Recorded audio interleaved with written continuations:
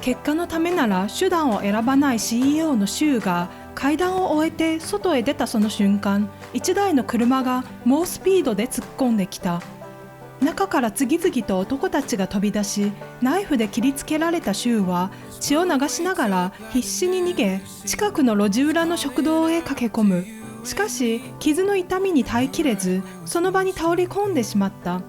たまたま目の前にいたチャンが手を差し伸べた直後、追っ手まで店内へなだれ込み、チャンが食事をしていたテーブルを容赦なくひっくり返す。するとチャンは一瞬の迷いもなくビール瓶を投げつけ、シュウと背中を預け合うように応戦。初対面とは思えない息の合った2人は互いに傷だらけになりながらも襲ってきた男たちを全員撃退する。皆さんこんにちは。 BL ホリックのムーニンです。ネタバレを含むのでご注意を。では早速始めましょう。チャンは傷を負ったシュウを自宅へ連れ帰り、切り傷を手当てすると、今度はシュウもチャンの傷にそっと薬を塗る。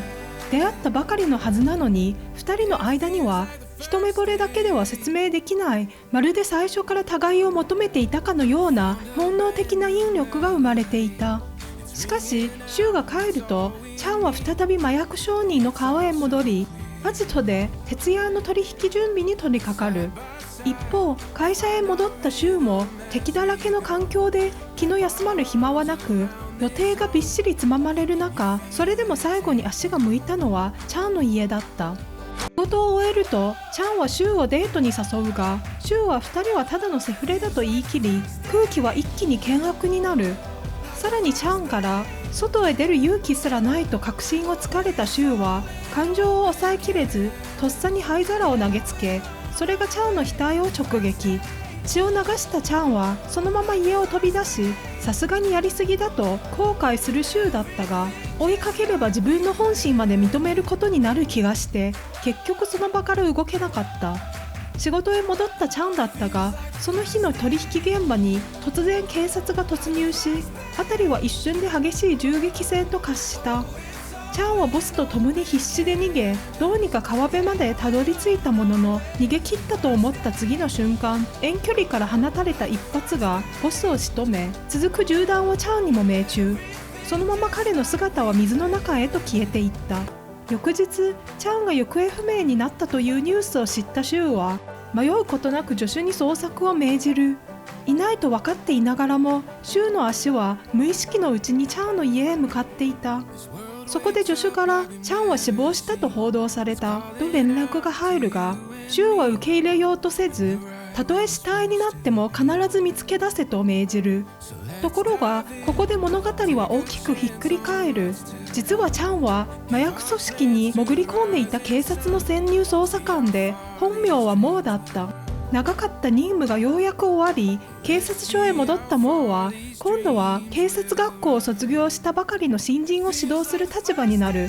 モーは警察に戻ってからもシュウのことは忘れられず、事件が終わった今も2人で過ごした家へ足を運んでは、この部屋に残る彼との記憶を何度もたどっていた。そしてその日も家を出ようとした瞬間、正面から誰かが近づいてくるのに気づき、モーはそそくさと身を隠す。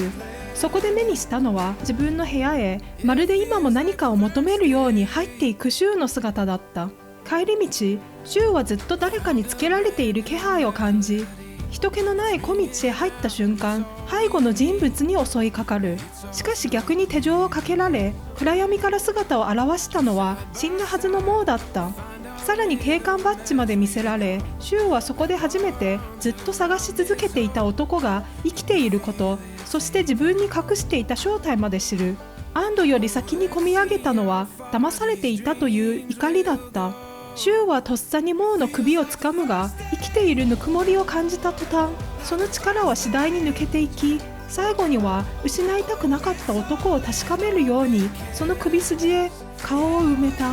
翌日、モーは新人警官のジョセフと張り込みに出るが、まさかその監視先にシュウがいるとは知る由もなかった。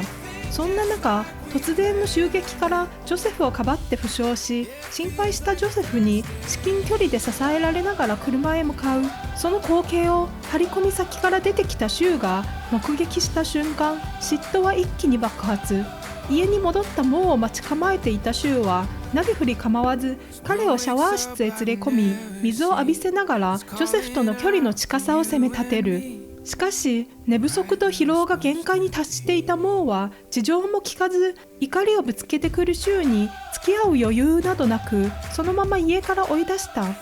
プライドの高いシューも意地を張って立ち去るが、待ってもモーが追いかけてくる気配は一切ない。結局我慢できず、先に折れたのはシューの方で、自ら引き返してモーの髪の毛を洗うと切り出した。また次回お会いしましょう。ではでは。